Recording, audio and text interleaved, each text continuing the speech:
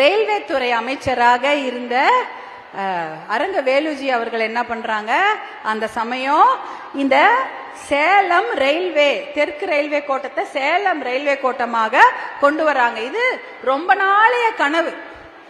தந்தை பெரியார்ல இருந்து இதை கொண்டு வரணும்னு முயற்சி பண்ணிருக்காங்க. அப்பெல்லாம் கொண்டு வர முடியல. ரொம்ப நாளைய கனவு, வேற யாராலையும் செய்ய முடியல. அதை ஏன் நீங்க நினைக்கலாம், என்ன தெற்கு ரயில்வே சேலம் ரயில்வே கோட்டம் என்ன பெரிய விஷயம். ஆனா இந்த ரயில்வே கோட்டம் தென்னிந்தியாவில் இந்த தெற்கு ரயில்வே கோட்டம் எங்க இருந்தது தெரியுமா?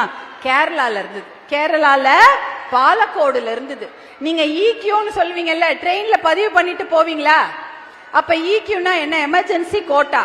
அவசரத்துக்கு நீங்க நாளைக்கே ஏதோ ஒரு அவசரம் போனோம் அப்படின்னா எமர்ஜென்சி கோட்டால தான் நம்பர் இஷ்யூ பண்ணி 2 நாளுக்கு முன்னாடி ரயில்வே டிக்கெட் கன்ஃபார்ம் ஆகும், பர்த் எல்லாம் கன்ஃபார்ம் ஆகும். அந்த விஷயத்தை நீங்க தமிழ்நாட்டில இருந்து செய்யணும்னா பாலக்கோடுல தான் போய் அனுமதி வாங்கணும். இல்ல உங்க ஊரு சென்னைக்கும் சேலத்துக்கும் நடுவுல ஏதாவது ஒரு ஊர்ல ட்ரெயின் நிக்கணும்னா யார்கிட்ட போய் அனுமதி வாங்கணும் தெரியுமா? சென்னையில அனுமதி கிடைக்காது, சேலத்துல அனுமதி கிடைக்காது, கேரளால போய் நீங்க அனுமதி வாங்கிட்டு வரணும். ஏதாவது ஒரு ஊர்ல ட்ரெயினை நிக்க வைக்கணும்னா கூட கேரளால போய் தான் அனுமதி வாங்கிட்டு வரணும்.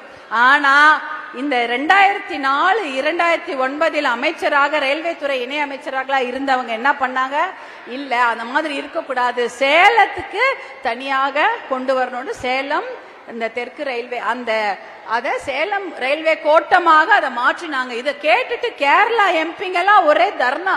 அந்த சமயம் நான் டெல்லியில தான் இருக்கிறேன்.